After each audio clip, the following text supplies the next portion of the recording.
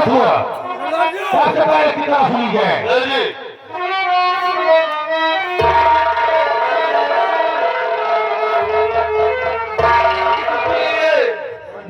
तैयार हो जाओ।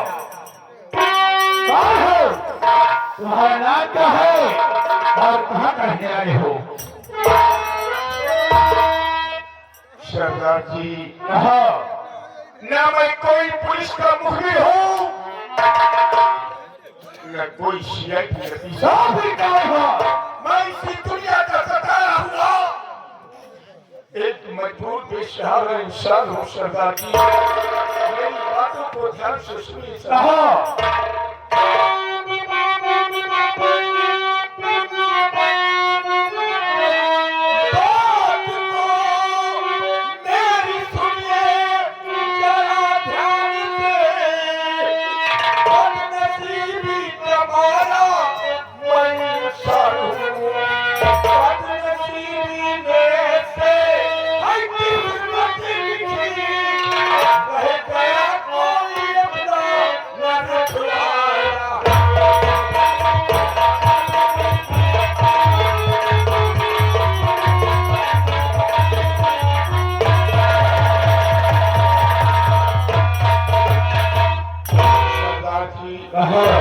मैं इसी चंद्रनगर रियासत के सम्राट चंद्रमन के दरबार का एक वफादार सेना नायक। लोग मुझे मीटर सिंह के नाम से जानते हैं। नासिक महाराष्ट्र में महाकुंभ का मेला लगा था। सम्राट की एकलौती पुत्री राजकुमारी कृष्णावती मेला देखना चाहती थी, गंगा मां का दर्शन करना चाहती थी। सम्राट मेरे बेटे कमलेश और अपने एकलौते पुत्र राजकुमार किशोर तीनों भाई बहन को नासिक मेला देखने के लिए भेज दिए। उसी नासिक के मेले से किसी जहरी दानों द्वारा राजकुमार किशोर का हरण हो गया। उसके बाद ये खबर बताने के लिए मेरा बेटा कमलेश और राजकुमारी कृष्णावती भागते हुए रात दरबार आ रहे थे। रास्ते में काफी रात हो गई। राजकुमारी कृष्णावती कहने लगी, क्या कहने लगी? चलो भैया यहीं पर आराम करते हैं, फजर होते ही ये खबर हम रात दरबार पहुंचा देंगे। मेरे पिताजी मेरे भाई को ढूंढ निकालेंगे। दोनों भाई बहन वहीं पर आराम करने लगे। जब मेरा बेटा कमलेश गहरी नींद में सो गया तो राजकुमारी कृष्णावती ने भाई बहन के रिश्ते को कलंकित करना चाहा, भाई बहन के रिश्ते को बर्बाद करना चाहा। मेरे बेटे कमलेश पर मोहब्बत का जाल फेंका, अपने हवस का शिकार बनाना चाहा। तमाम कोशिश करने के बाद जब नाकाम हो गई तो उसी मेले में मंत्री अभय प्रताप सिंह पहुंच गया। मंत्री अभय प्रताप सिंह और राजकुमारी कृष्णावती दोनों मिलकर मेरे लगते जिगर पर झूठा इल्जाम लगा दिया कि सेना नायक का बेटा कमलेश राजकुमार किशोर को मारकर बहती हुई गंगा में फेंक दिया। और कृष्णावती पूरी रियासत में चिल्ला चिल्ला कर कहा कि कमलेश मेरी इज्जत के साथ खिलवाड़ किया है। झूठा इल्जाम लगाकर मेरे हाथों से मेरे बेटे का खून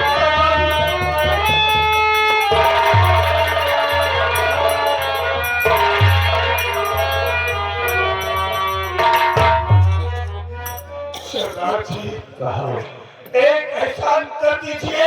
कौन सा एहसान चाहिए? मैं इस पापी दुनिया में जीना नहीं चाहता। मैं इस पापी दुनिया में जीना नहीं चाहता। मेरे सीने पर गोली मार दीजिए।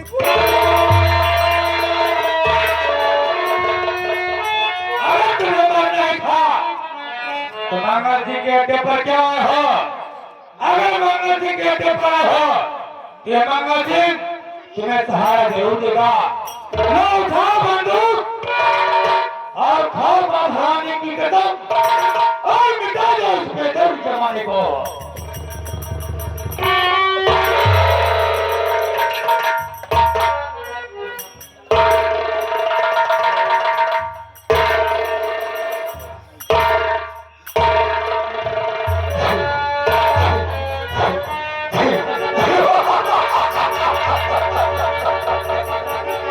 महामंत्री अभय प्रताप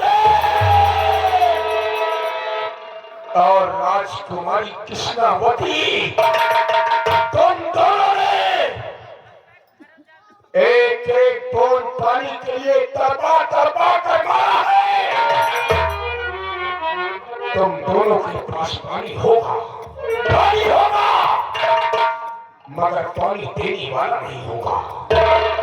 मेरे नौजवान साथियों, तुम लोगों ने मुझे इस गिरोह का सरदार तो बना दिया हो, लेकिन लोग किस नाम से दहशत खाएंगे, कौन से नाम से खौफ खाएंगे? अभी तक आपको सेनापति निगम सिंह के नाम से आते थे, लेकिन आज के बाद ये रियासत लोग तुम्हें सरदार निजाम सिंह के नाम से जानेंगे और सरदार निजाम सिंह के नाम से दहशत और खौफ खाएंगे। सरदार निजाम सिंह जिंदाबाद, जिंदाबाद, जिंदाबाद, जिंदाबाद, जिंदाबाद। मगर सरदार बनने से पहले मेरी 3 शर्तें होगी।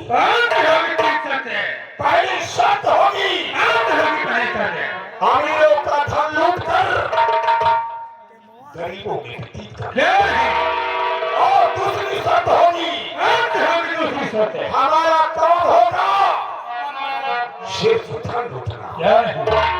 हमारा काम होगा सिर्फ धन लूटना, ना किसी बहन बेटी की इज्जत और धर्म को लूटना। ऐसा करते गिरोह का कोई भी पकड़ा गया तो मेरी गोलियों का निशाना होगा। और दूसरी बात को सुनो ध्यान से,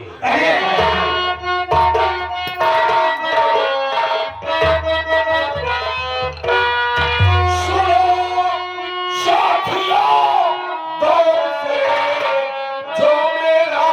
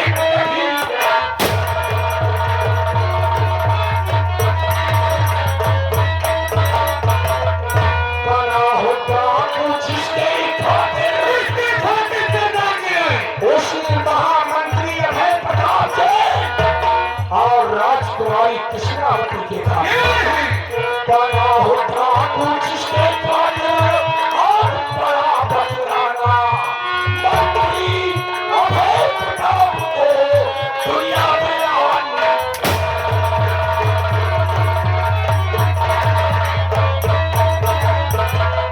सभी बंदूकें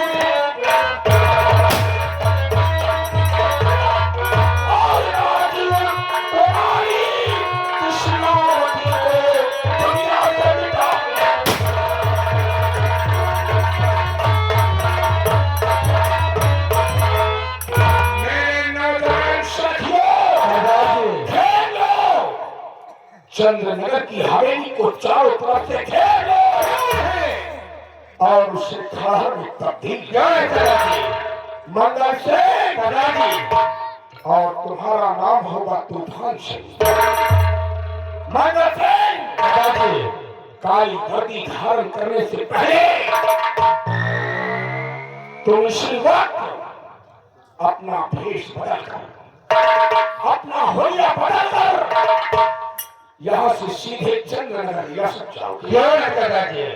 चंद्रनगर रियासत जाकर पता लगाओ कि महामंत्री अभय प्रताप सिंह और राजकुमारी कृष्णावती कौन सा गुल खिला रहे हैं। क्यों न दादाजी? जाओ इशारा करें। जय मां भवानी दादाजी। मां भवानी। तूफान सिंह दादाजी। मुझे अड्डे पर ले चलो। दादाजी। काली वादी धारण करने के बाद चंद्रनगर की हवेली का ईंट से ईंट बजा दो। दादाजी। चलिए मेरे साथ। जय